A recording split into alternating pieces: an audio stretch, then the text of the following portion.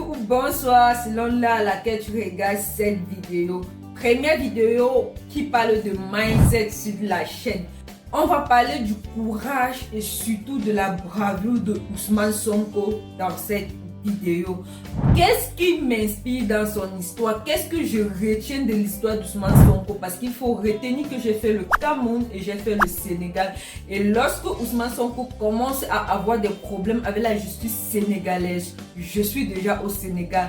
Dans toutes les grèves que le peuple sénégalais fait pour le soutenir, je suis déjà au Sénégal et je vis ces grèves. Si tu veux tout savoir à propos de ce sujet, reste connecté jusqu'à la fin. Allez, let's go! Si tu es nouvelle sur cette chaîne, moi c'est Sylviane Simo et sur cette chaîne on parle de bourse scolaire, on parle de formation professionnelle et surtout de mindset. Donc si tu ne veux rien manquer à propos de ce sujet, si tu veux tout savoir à propos des formations professionnelles en allemand ou des études en allemand, mon frère, ma soeur, abonne-toi, active la cloche de notification, mais surtout like cette vidéo et partage-la pour pouvoir m'encourager. Vous devez noter que Ousmane Sonko, c'est quelqu'un qui a travaillé pour le gouvernement sénégalais comme Kamto au Cameroun. Après avoir vu certains manquements qu'il y avait dans le gouvernement sur place, il décide de se retirer et de se présenter à la présidence pour les prochaines élections.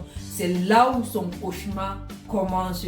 Pour la première fois que j'entends parler de lui, j'entends parler d'une histoire de viol. C'était même pas qu'un candidat à la présidence ou quoi que ce soit. Mais j'entends parler de quelqu'un qui a, une personne au placé du gouvernement qui a abusé d'une fille dans un salon de massage pendant le corona. Comme c'est la version que les réseaux sociaux relayaient le plus, je me dis aussi que ok, lui doit être puni ou cette personne doit être punie si c'est vrai. Moi je suis une femme, donc c'est normal que lorsqu'on dise qu'on a violé une autre femme, je suis d'abord du côté de la femme, peu importe qu'elle travaille dans le salon de massage ou quoi que ce soit. Après je me rends compte que c'est un candidat à la présidence et je dis attention, si c'est un candidat à la présidence, c'est que peut-être que ça c'est un piège. Au fait, je commence à mettre la première version que j'avais entendue en doute. Donc, je prends toutes choses maintenant qui concernent Ousmane Sonko sur les pincettes.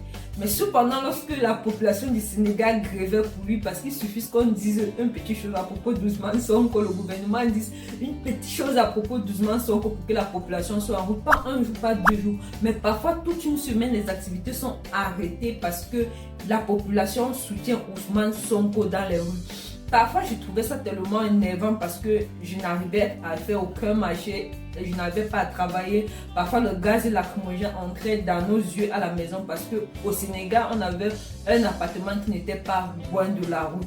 Aujourd'hui, je comprends que parfois, c'est l'attitude qu'il faut adopter, une grève pacifique pour pouvoir révolutionner certaines choses dans nos pays africains. Il faut noter que Ousmane Sonko est passé par tellement d'obstacles sur son chemin que pour finir, il n'était plus éligible à la présidence. Pour cela, dans son parti politique, ils choisissent donc un candidat qui peut être mis en avant pour la présidence.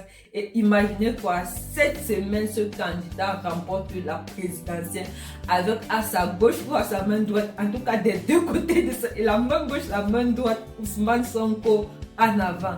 Donc, tu trouves Ousmane Sonko qui a été accusé de viol sur une fille dans un salon de massage. Ousmane Sonko qui a été traîné dans les tribunaux sénégalais.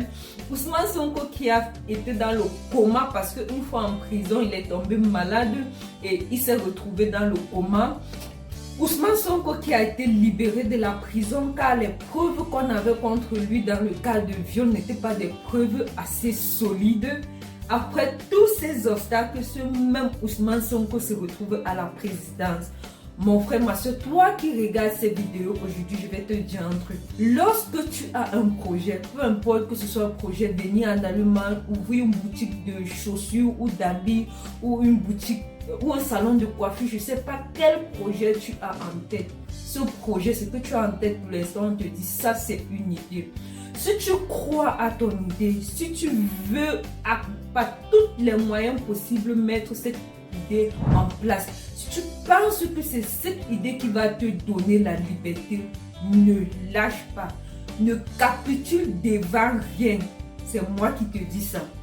Tu ne connais pas encore mon histoire et je ne vais pas te la raconter sur cette chaîne aujourd'hui, mais la prochaine vidéo qui va sortir par exemple mercredi sur comment j'ai fait l'examen du B1 4 fois. Ça te fait comprendre que j'ai dû traverser certaines choses avant d'arriver ici en Allemagne. Mais malgré tous les obstacles que j'avais sur mon chemin, je n'ai capitulé devant rien. L'histoire de Ousmane Sonko me fait tirer 3 grandes leçons. La première chose qu'il faut avoir dans la vie, c'est le désir. Le désir qui naît d'une idée. Tu as une idée et tu désires réaliser cette idée ou tu désires mettre cette idée en œuvre. La deuxième chose, c'est la foi. Une fois que le désir est là, accompagne ce désir de la foi. Et la troisième chose, c'est la patience. Peu importe ce qui se passe, il faut être patient dans la vie. Si tu travailles dans les premiers mois, tu ne vois pas les résultats en ce qui concerne ton business. Si tu as même des pertes, tu es obligé de prendre de l'argent ailleurs pour investir dans ton business. Si tu crois en ce projet-là, mon frère, ma soeur, je vais te dire une chose aujourd'hui. Ne laisse pas tomber. C'est comme moi avec cette chaîne YouTube. Depuis que je l'ai créée, vous avez vu, sur certaines vidéos, j'ai des vues et sur d'autres vidéos, non. Sur certaines vidéos, vous partagez, vous commentez et d'autres vidéos, non. Mais mon premier objectif lorsque j'ai créé cette chaîne YouTube, c'était d'annoncer, de montrer à des personnes qui n'ont pas assez de moyens comme moi que l'Europe n'est pas juste pour les personnes qui sont riches.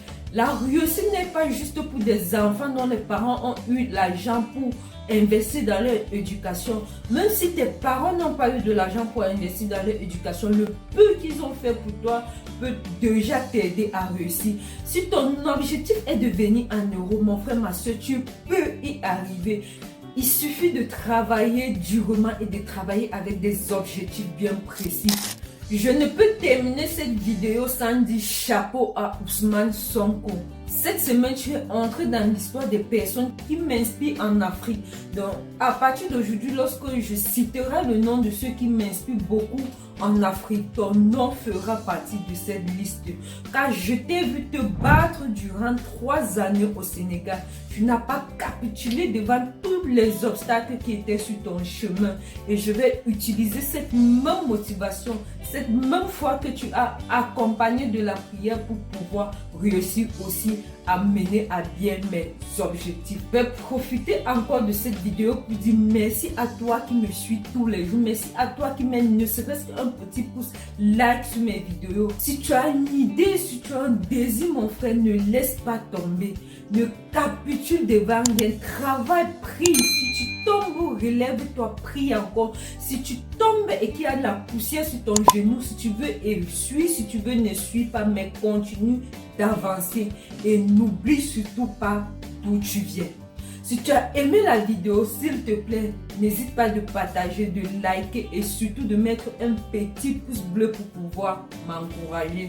Et je ne peux finir cette vidéo sans dire chapeau à Ousmane Sonko. Allez, rendez-vous à la prochaine vidéo.